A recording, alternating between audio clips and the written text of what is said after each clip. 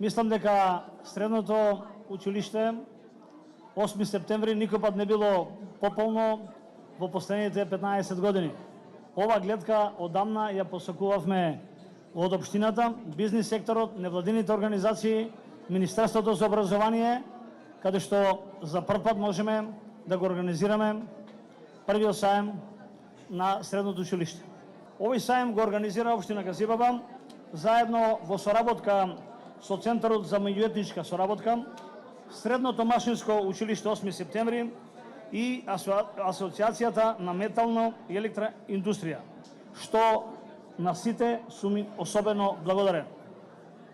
Како општина, мината година започнавме со овој проект за дуелно образование, сакајќи на младите да им обезбедиме можност за пракса, обука, преквалификација, а со тоа и за можност за вработување. Морам да истакнам дека уште од почетокот имавме добри резултати во овој проект. Добивме поддршка од Министерството за образование и наука, Агенцијата за вработување, како и Сојузот на стопански комори на Македонија. Зашто го започнавме овој проект? Затоа што имаме алармантна состојба во нашиот образовен систем, а со тоа и подоцна и проблем во бизнис секторот и економијата. Податоците се застрашувачки. Од година во година младите се помалку се запишуваат во средните стручни училишта, а поради лошите реформи во образованието, од минатото стручните училишта се целосно уништени. Бизнис секторот во општина Газибаба алармира за голем недостаток на стручен кадар во компаниите, кои за жал во нашата земја ги нема. Многу работни места, кои се добро платени, стојат празни во компаниите поради недостаток од стручен кадар.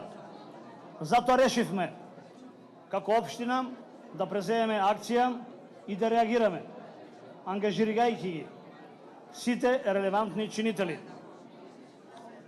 По ова прашање од училишта, наставен кадар, бизнис сектор, сите заедно да обезбедиме концепт кој ќе понуди реална пракса и вработување за најдобрите ученици.